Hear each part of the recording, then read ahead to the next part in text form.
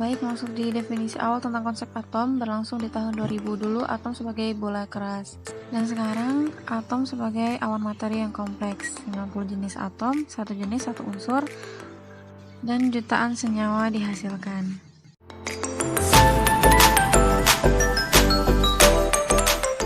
Ya, di sini adalah konsep Yunani tentang atom.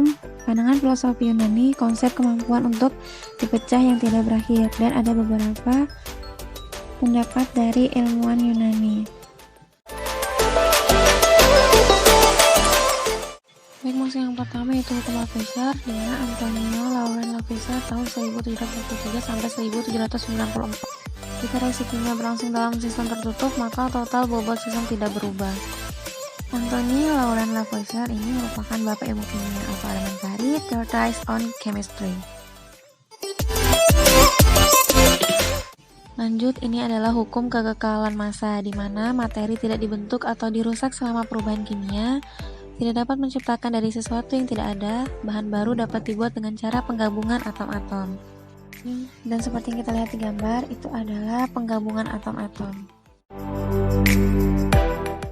Dan ini adalah hukum Proch, dikemukakan oleh Joseph Louis Proch 1799, hukum perbandingan tetap. Suatu bahan terdiri dari unsur-unsur dengan perbandingan tertentu dan perbandingan tersebut tetap. Dan seperti yang kita lihat di gambar, itu adalah percobaan yang dilakukan oleh Proch. Baik, kita masuk ke teori yang pertama, yaitu teori atom dalton, di mana teori atom dalton ini didasari oleh dua hukum, yaitu hukum Lavoisier dan hukum Proch.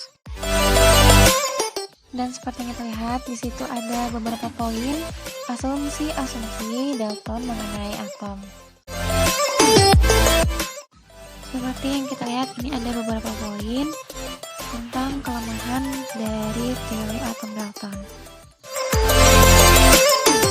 Lanjut, ini adalah teori Thomson yang dikemukakan oleh J.J. Thomson tahun 1856 sampai 1940. Berbeda dengan teori atom Dalton sebelumnya, di sini Thomson memiliki pendapat tersendiri mengenai atom.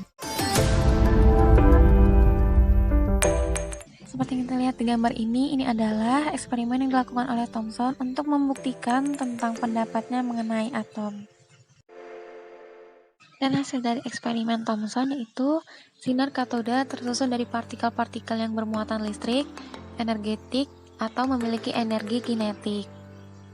Partikel ini adalah penyusun atau building block materi, dan partikel dasar atau fundamental partikel yang disebut elektron. Dan ini adalah kelemahan dari teori Thomson.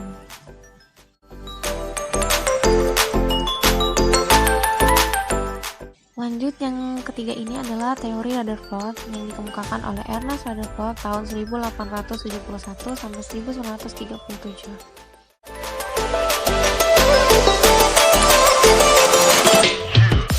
Seperti yang kita lihat di gambar, itu adalah eksperimen yang dilakukan oleh Rutherford untuk membuktikan teori yang dikemukakannya.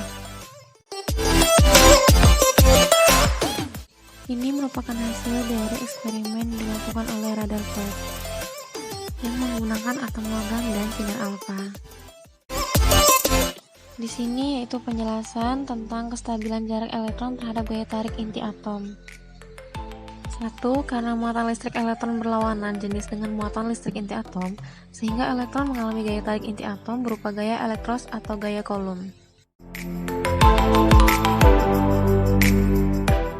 Yang kedua yaitu gerak elektron menghasilkan gaya sentrifugal sebagai gaya penyeimbang. Ini adalah beberapa poin kelemahan dari teori yang disampaikan oleh Rutherford. Yang keempat ini adalah teori atom Bohr atau yang dikemukakan oleh Niels Bohr tahun 1885 sampai 1962. Ya, seperti yang kita lihat di gambar, ini adalah gambar model atom Niels Bohr, dan itu juga rumus dari teori atom Bohr. Baik, seperti yang kita lihat, seperti sebelumnya, setiap teori selalu ada kelemahan, dan ini adalah kelemahan dari teori atom Bohr. Ini adalah spektrum atom hidrogen. Tahun 1885, Balmer menemukan formulasi empiris dari 4 garis spektrum atom hidrogen. Setelah Balmer, banyak ahli fisika yang berhasil melakukan percobaan, sehingga terciptalah formulasi deret-deret sebagai berikut. Pertama yaitu deret Lyman atau deret ultraungu, yang kedua deret Balmer atau deret cahaya tampak, yang ketiga deret Bastian atau deret inframerah 1.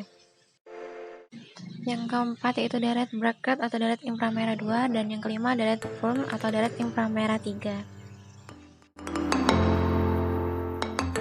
Berawal dari hipotesis de Broglie, lanjut ke azas ketidakpastian yang dikemukakan oleh Werner Heisenberg, dan muncullah teori atau mekanika kuantum yang dikemukakan oleh Erwin Schrödinger.